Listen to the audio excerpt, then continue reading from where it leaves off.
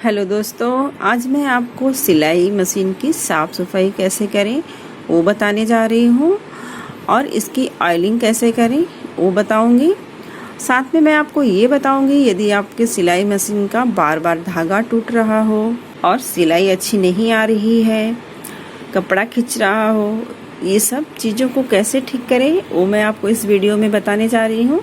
तो वीडियो को पूरा देखें, ये वीडियो आपके लिए बहुत ही हेल्पफुल होने वाला है।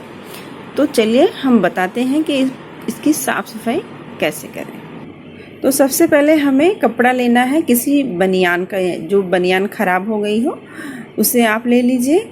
यदि आपके पास बनियान का कपड़ा ना हो तो आप कॉटन का कोई भी सॉफ्ट कपड़ा ले सकते हैं जिससे कि इसमें खरोच ना आए। तो हम चारों तरफ इस तरह से कपड़े को अच्छे से घुमा लेंगे।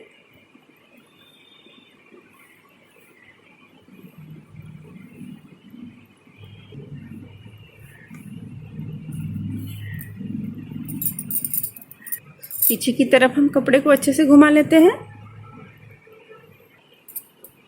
हालांकि मशीन मेरी इतनी गंदी नहीं है, मैं सिर्फ वीडियो बनाने के लिए आपको दिखा रही हूँ कि इस तरह से आप साफ सफाई कर सकते हैं अपने मशीन की। इस वाले हिस्से को हम किसी ब्रश से साफ करेंगे। कोई भी पुराना टूथ ब्रश हो या आपके पास पेंटिंग ब्रश हो उससे भी हो जाएगा। तो इस तरह से हम पेंटिंग ब्रश की सहायता से साफ कर लेंगे।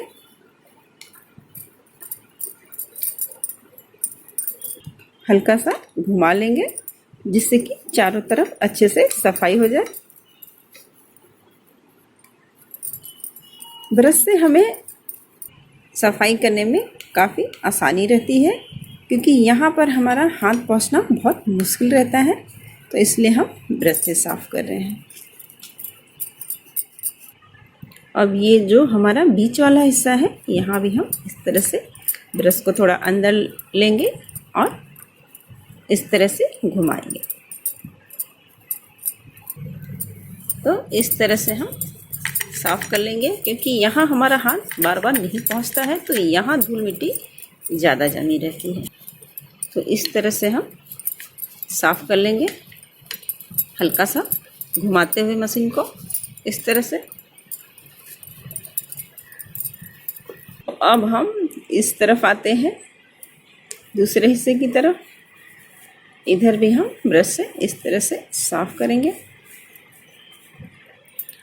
और पीछे वाले हिस्से की तरफ भी हम इस तरह से साफ कर लेंगे। यहाँ पर बहुत बारीक बारीक धूल जमा रहता है।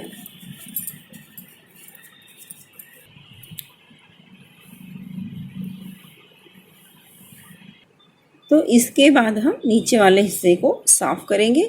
तो सबसे पहले हम बॉबिन को निकाल लेंगे।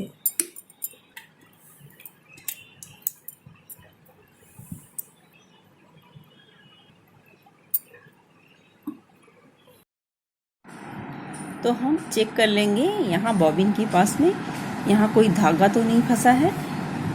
तो कभी कभी छोटा छोटा टुकड़ा यहाँ पर रह जाता है, तो उसे हटा देंगे और इस ब्रश से हम साफ करेंगे। इस तरह से हमें घुमा घुमा के साफ करना है।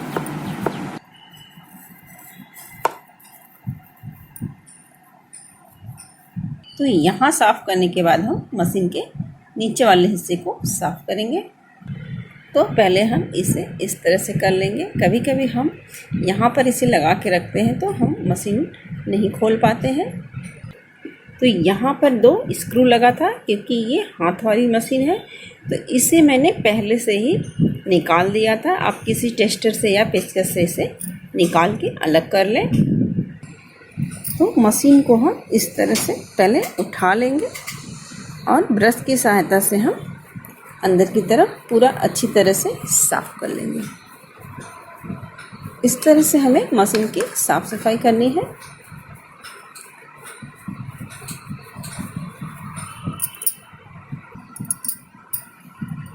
तो सब जगह हम ब्रश अच्छी तरह से घुमा देंगे जिससे जो भी गंदगी हो वो निकल जाए।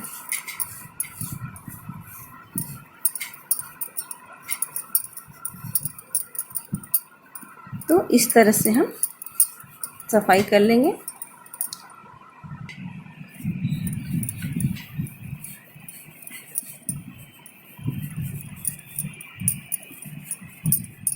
तो ये हमारा बॉबिन वाला हिस्सा है। इसकी आगे की तरफ भी हम ब्रश घुमा लेंगे इस तरह से।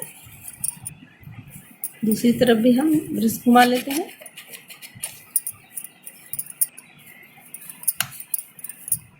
तो ब्रश घुमाने के बाद हम एक बार हल्के हाथों से कपड़ा घुमा देंगे इस तरह से, और नीचे जो भी कचरा गिरा है उसे हम कपड़े से पोंछकर हटा देंगे।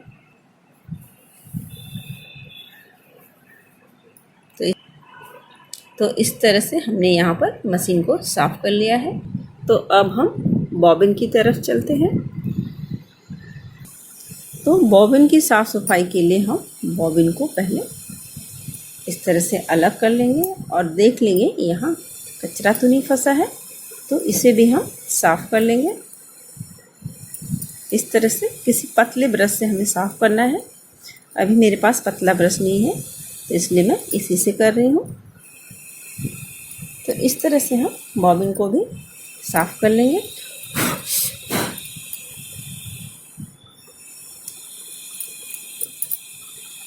तो मशीन की सफाई तो हो गई है। अब हम चलते हैं मशीन में ऑयल डालते हैं। सबसे पहले हम ऊपर की तरफ आते हैं। यहाँ पर ऑयल लिखा हुआ है, तो यहाँ हम तीनों होल में एक एक बूंद या दो दो बूंदा तेल डाल दीजिए। तो इस तरह से हम यहाँ पर एक एक दो दो बूंद तेल डाल देंगे। तो इसके बाद हम यहाँ एक बूंद तेल डालेंगे और एक बूंद यहाँ डालेंगे।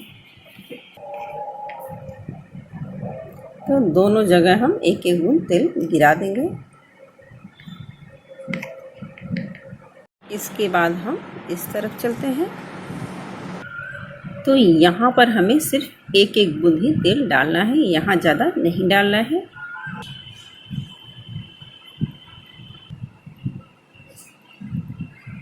तो अब हमें एक बूंद तेल यहाँ गिराना है और अंदर की तरफ भी। तो इस तरह से हम यहाँ भी डाल देंगे और यहाँ भी। तो हैंडल की तरफ भी हम तेल डाल देंगे। तो अब हम नीचे की तरफ ऑयलिंग कर लेते हैं। इस तरह से सब जगह एक एक बूंद ऑयल गिरा देंगे, जिससे कि मशीन में जंग ना लगे और आसानी से चले।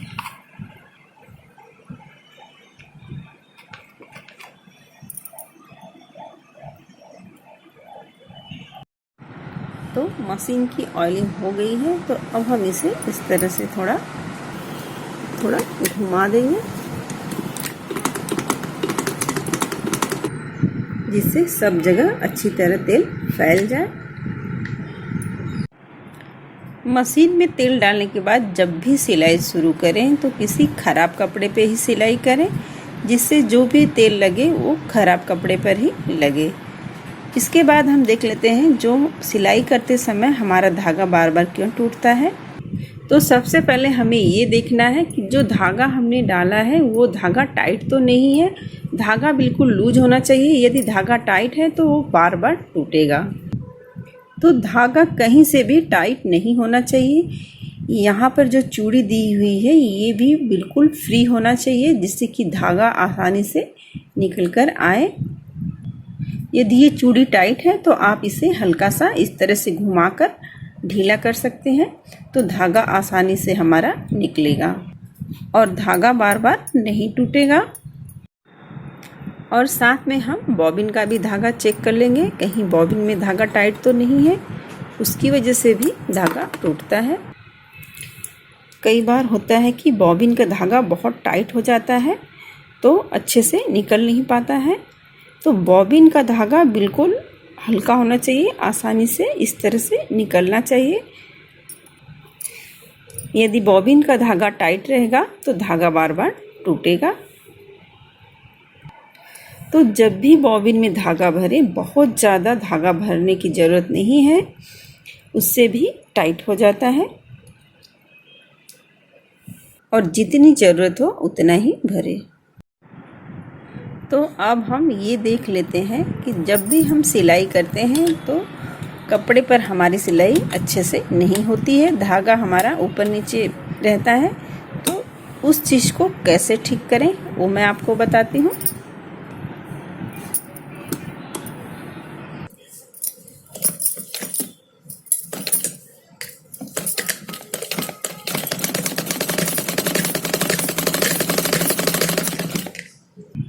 यदि इस तरह की सिलाई आ रही हो तो सबसे पहले हम बॉबिन चेक करेंगे।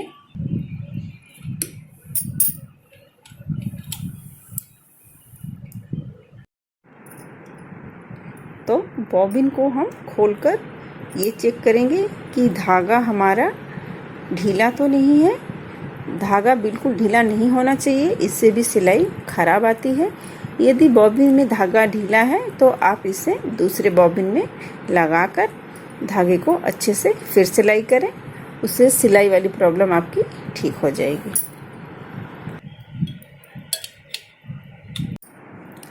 यदि सिलाई करते समय कपड़ा खींचे तो उसे ठीक करने के लिए आप सबसे पहले मशीन की सुई को चेक करें। उसके लिए आप हल्का सा इस तरह से उंगली फिराएंगे। यदि सुई खुरदुरी है तो आप सुई को चेंज कर लीजिए, और नहीं तो सुई को खोलकर आप पहले बाहर निकाल लीजिए। उसके बाद आप इसे कैंची के ऊपर ही इस तरह से घिस देंगे तो इसकी धार अच्छी बन जाएगी और कपड़ा नहीं खींचेगा। चाहे तो आप इसे किसी पत्थर के ऊपर भी घिस के इसे ठीक कर सकते हैं। उसके बाद आप सिलाई करेंगे तो कपड़े खींचने की शिकायत ठीक हो जाएगी। तो इस तरह आप अपने मशीन को घर पर ही ठीक कर सकते हैं। वीडियो पसंद आए तो वीडियो को लाइक, शेयर और मेरे चैनल को सब्सक्राइब ज़रूर करें। तो फिर मिलते हैं अगले वीडियो में।